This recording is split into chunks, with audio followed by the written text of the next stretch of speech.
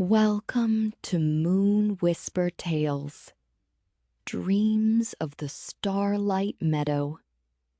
Find your coziest spot, pull your blanket up to your chin, and look up at the stars, real or imagined, shining just for you.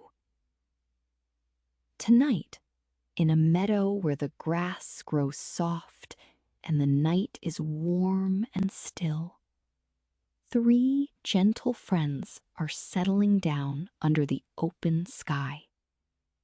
A sleepy fox, a dreaming butterfly, and a yawning squirrel. Breathe in and out. The meadow is warm. The stars are quiet. And the stories? At the edge of the Starlight Meadow, where the long grass bent gently in the night breeze and the moon hung low like a warm lantern, lived Foxglove. She was a small amber fox, not quite full-grown, with ears a little too large for her head and a tail that curled behind her like a warm question mark. Each night, Foxglove chose a different sleeping spot in the meadow. She took this very seriously. She nosed at the grass, turned around twice, sniffed the air carefully, and settled. And then thought of somewhere better and moved again. Tonight, she had been searching for quite some time. The grass here smelled of clover. The grass there was softer. The spot by the old flat stone was sheltered from the breeze. Finally, Foxglove found it.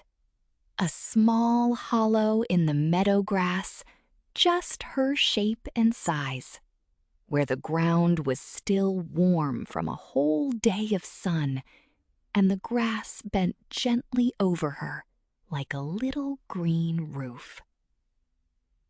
She turned around once, lay down, tucked her great big nose under her enormous tail, and let out the longest, most satisfied breath she had ever breathed.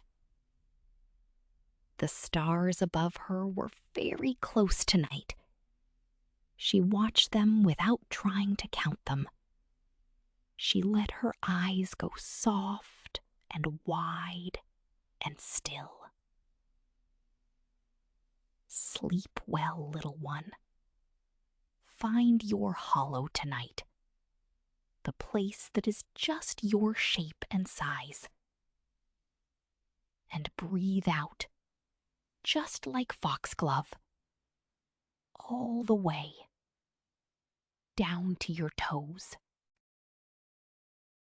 Flutter was a butterfly who dreamed while she was still awake, not in a forgetful, daydreamy way, but in a very particular, deliberate way. Each evening, as the last light left the sky, Flutter would find a tall blade of meadow grass, fold her wings very gently, like closing a book, and begin to think the most beautiful thought she could think of.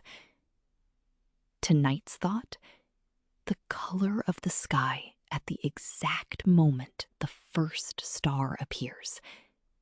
Not quite dark, not quite blue, a color with no name that only lasted a heartbeat. Flutter held the thought in her mind and turned it slowly, the way you might turn something beautiful in your hands to catch the light from every angle. Warmer, quieter, softer still. On her blade of grass, Flutter's wings had stilled completely. The meadow moved around her, The slow bend of the grass, the distant call of a night bird, a firefly winking once, far off in the dark.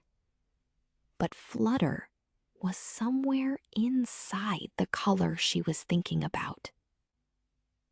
Deeper in, quieter, further from the edges of wakefulness. Her antenna drooped, very slowly, forward. She didn't notice. She was still holding her beautiful thought. Sleep well, dear one. Think of your most beautiful thought right now. Something you love. Something that makes you feel warm and still inside. Hold it gently and let it carry you all the way into the most peaceful sleep. Cobnut was a squirrel who took the end of every day very personally. The sky goes dark, he felt, because the day has done enough and deserves to rest. The stars come out because the night has a job of its own. And squirrels go to sleep because sleep is not nothing. Sleep is something important, something that makes tomorrow possible. Cobnut had patted down his nest, a round, tidy bowl of dry leaves and soft grasses, in the fork of an old apple tree at the meadow's edge, 3 times, and it was exactly right.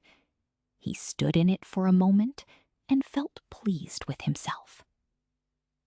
Then he yawned, a great, jaw-stretching, eye-watering yawn, and sat down heavily, the way you do when your body has already decided it is time.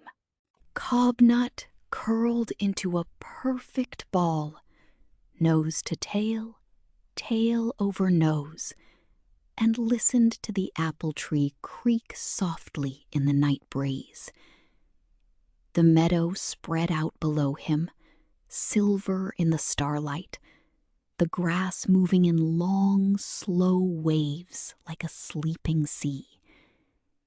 He could see, if he craned his head slightly, which he did once, the moon. And then he decided that was enough looking, and tucked his head back in. The night was doing its job.